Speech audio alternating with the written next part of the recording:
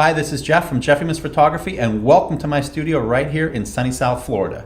Today we are going to make a comparison video, and we are going to have a shootout between the Nikon 105 macro with a D800, and that lens I have used for years, and that was my go-to lens for headshots. I made a lot of money shooting a lot of headshots with that 105 macro. I will swear by that lens and that Nikon D800 combination. However, as many of you know, I am in the middle of making the swap to Sony.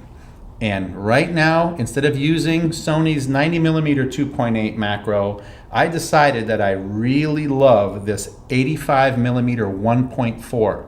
Now, I'm going to shoot this 85mm 1.4 with the A7R2, and I'm going to, of course, shoot the Nikon with the D800. We're going to compare the two as far as headshots are concerned. Now, to help me today, and for your viewing pleasure, we have the absolutely beautiful, talented, international model out of Miami, Harmony Calhoun.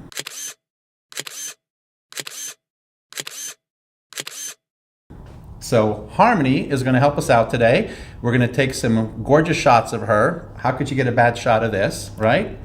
And what we're going to do is I'm going to put her links below, because not only is she a great model, but she's also a fantastic rock climber. You like climbing rocks? Yep, that's my thing. Absolutely, that's her thing. Modeling and rock climbing. That's what she does. So we're going to put links down to her Instagram, and she actually has a YouTube page, and you're going to take a look, and she has some really, really good shots. But there's one special thing that no one knows about her. Well, a lot of people do, but you might not. She's really a good photographer. She's a fantastic photographer, and she has a great eye. So a lot of her shots that she takes when rock climbing, you're going to love. Anyway, let's get moving. Let's make some comparisons between these two with headshots. Thank you, and let's get started. You ready? Yeah. Let's do it. All right. Cool.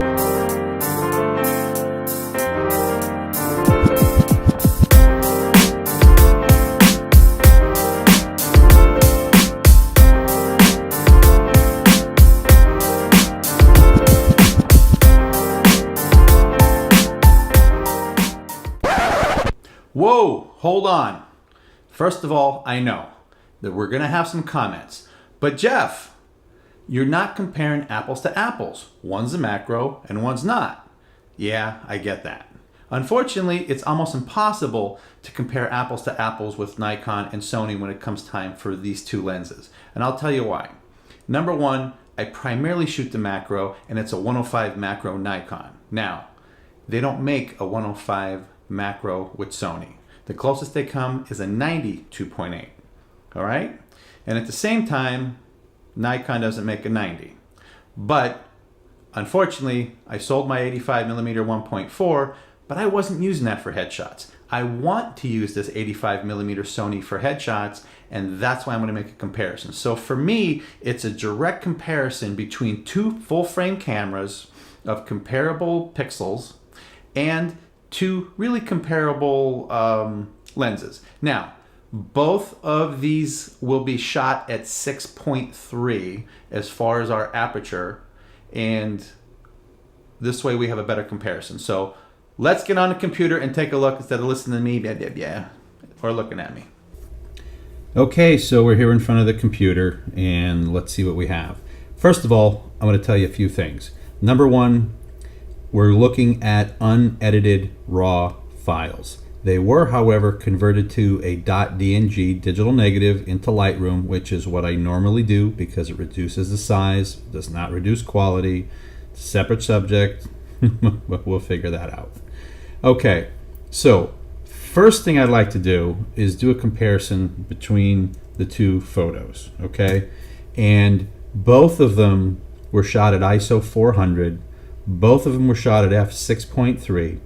On the left, you are looking at the A7R2, and on the A7R2, it was shot at 1/80th of a second. On the right, you are looking at the Nikon with the 105 macro, and that was shot at 1/100th of a second. So even though it was a third of a stop faster shutter speed, you can see the difference between the two. The lighting is exactly the same. They're Kino flows. We are certainly more exposed on the Nikon. All right, both very similar shots, similarly composed. If you take a look over here on the Sony, there's a big piece of sensor dust, which aggravates the pants off me, but I suppose I'll have to get used to that. I mean, this camera really hasn't been used much, but all right, that's my fault for not cleaning it out first. Anyway, very similarly composed. The 85mm 1.4 on the left, 105 macro on the right. So it's not really about the composition. Let's take a look really at the pixels. Now, I will also tell you that both of the photos, when they were brought in, they both have a color profile with the color checker passport for each of the prospective cameras.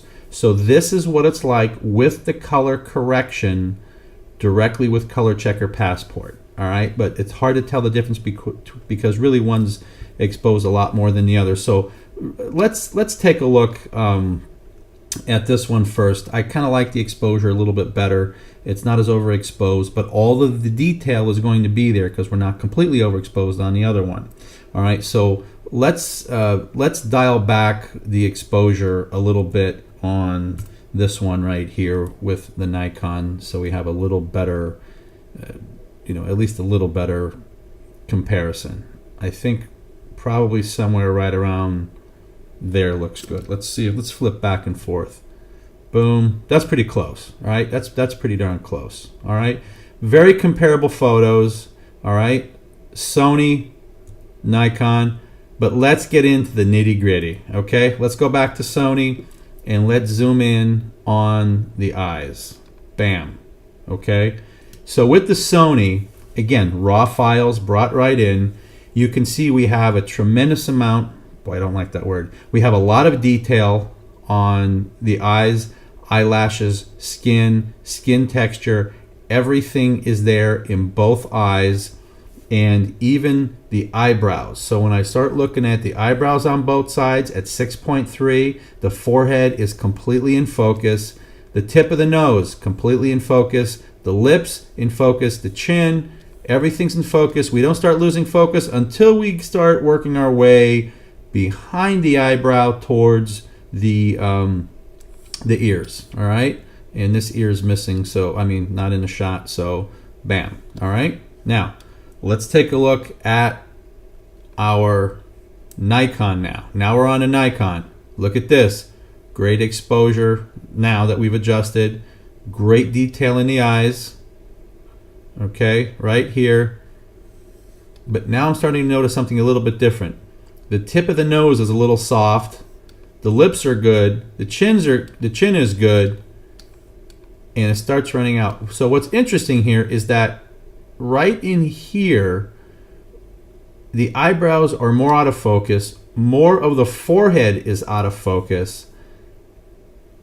But it's the same on the side. Now again, it's very similar photos. But if you want to really pixel peep here, let's start pixel peeping. So now let's bring this into a 3:1 ratio and see what we have. All right, we're going to look at her left eye, or her right eye, camera left, and this is the Nikon. Losing some of the edge. This is just superb detail, okay? And this is the Nikon, can't complain about it. Let's go over and look at the Sony now. And the Sony, I don't see a difference. Does anyone else see a difference here? Although it's a little bit of a bigger picture because it's a larger sensor. Nikon, whoops, let's let it load. Sony, Nikon, Sony, come on Sony. All right, what I could say is we have a little more detail with the Sony. overall, when we have color correction between the two and proper exposure, I can easily tell you, if I didn't tell you that these were separate cameras, I don't think anyone would know. You can't really go by the composition, because if she changes her face a little bit, it may look more thinner, a little thicker, and it's not the perfect exact pose.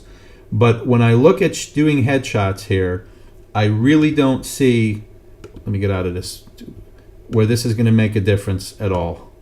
Honestly, we actually have more detail and more depth of field. More detail and more depth of field with the Sony, and that is an 85 millimeter, and they're both shot at 6.3. So that's my comparison. That's a direct comparison. That's real life for me on a headshot client. I compared the two. I now have more than enough confidence in the Sony system for my headshots, especially with some of my commercial clients where I have the photo editors and art directors that are what I like to call pixel peepers. They will be happy because we have a lot of detail. If these things ever get blown up to the billboard level or whatever, I think we're looking really good. Hey, this is Jeff from Jeff Remas Photography. I hope you enjoyed this, and this gives you more confidence in the mirrorless systems with Sony. Thank you, and have a great day.